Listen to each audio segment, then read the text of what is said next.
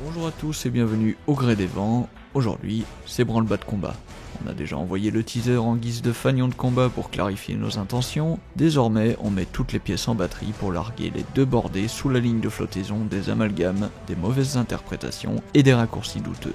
Bienvenue dans le format Actualité de la marine à voile. Aujourd'hui, on défend le Standard. L'assaut sera divisé en 4 vagues. La première partie, je vous parlerai de la polémique du pavillon provocateur. La deuxième partie, je vous parlerai de la polémique de la flamme de guerre. La troisième partie, je vous parlerai de la polémique de la nationalité du commandant. La quatrième partie sera la conclusion de la vidéo où on fera le débriefing ensemble pour constater ce que les 3 points apportent. Mais avant de se mettre en ligne de bataille, générique.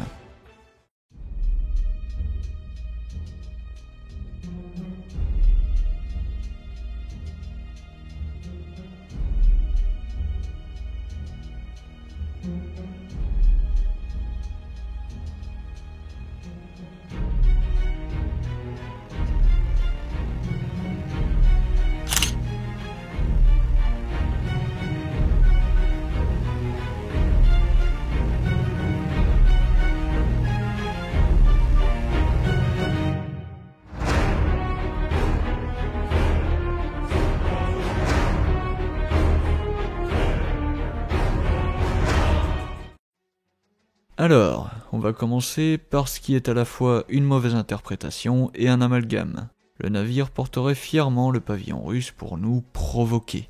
C'est ce qu'on va voir. Alors, en ce qui concerne la mauvaise interprétation, sachez qu'il ne s'agit pas d'une provocation mais d'une obligation qu'a le commandant. Que ce soit au port ou en mer, la réglementation maritime l'oblige à arborer le pavillon du pays dans lequel il est immatriculé. Le Standard étant immatriculé à Saint-Pétersbourg, Saint-Pétersbourg étant en Russie, le Standard doit donc arborer le pavillon russe, que ça plaise ou pas. C'est pas moi qui le dis, c'est le droit maritime. Ensuite, en ce qui concerne l'amalgame, et ce que je vais vous dire on en rediscutera en fin de vidéo, s'il y a bien 2 choses que je ne supporte, mais alors pas du tout, c'est la violence gratuite et le harcèlement. Certains tapent tout ce qu'ils peuvent sur le dos du Standard et de son commandant, même les plus grosses conneries possibles. Simplement car le pavillon qui flotte à la poupe est russe. Aujourd'hui, à cause de cet amalgame, le pavillon russe est vu comme le pavillon pirate au XVIIIe siècle. Mais il faut bien se rappeler d'une chose. C'est le pouvoir russe qui a lancé cette guerre en Ukraine, pas le peuple russe. Le peuple russe sont des gens comme vous et moi, qui ont sûrement encore plus envie que vous que cette guerre s'arrête.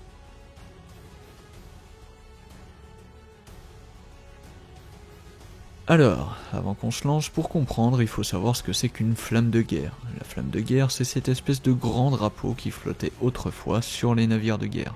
Ce grand bout de tissu avait une longueur qui pouvait varier. Plus il était grand, plus cela signifiait que le navire avait eu de victoire au combat. C'était un moyen de pression psychologique. À l'époque, quand tu voyais dans ta longue vue un navire de guerre avec une flamme qui traînait dans l'eau depuis le haut du mât, tu hésitais à engager le combat.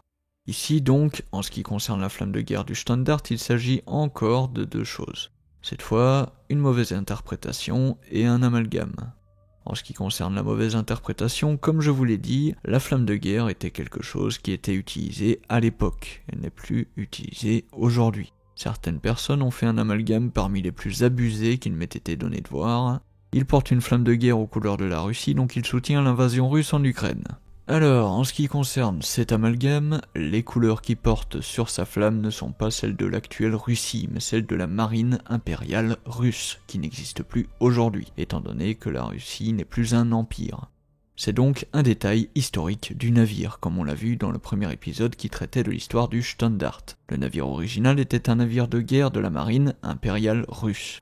Si vous remarquez bien, la flamme porte une croix bleue sur fond blanc. C'est le pavillon de la marine impériale russe. Cependant, et je pense que c'est aussi ce qui a poussé à la confusion, c'est qu'en autant d'années, malgré le fait que la Russie soit passée d'empire à république puis aujourd'hui à une fédération, le pavillon de leur marine n'a pas changé. Il est resté celui à croix bleue sur fond blanc.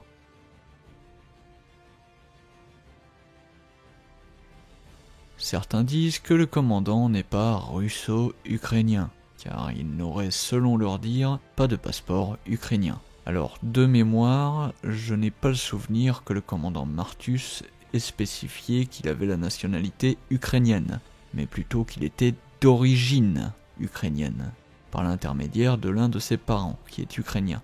Mais même, admettons qu'il ne soit que russe. Qu'est-ce que ça change? Parce qu'il est russe, faut le lapider en place publique? C'est quoi ça, hein? Quelle mentalité, quel niveau de QI il faut avoir pour avoir un esprit aussi étroit? On est en train de faire une chasse aux sorcières et c'est pas bon, car ça fait repartir l'humanité dans des travers, et ce travers, je pense qu'il faut en parler avant qu'il ajoute des morts à la liste des 6 millions actuels. Il aime son pays, il aime la Russie, mais on peut aimer son pays sans aimer son dirigeant.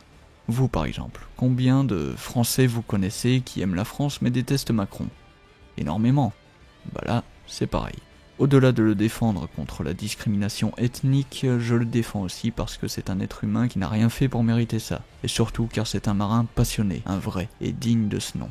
Alors il a tout mon soutien et mon respect.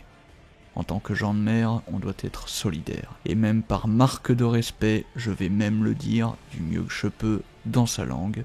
Поддерживаю штандарта и его командира Владимира Мартуса.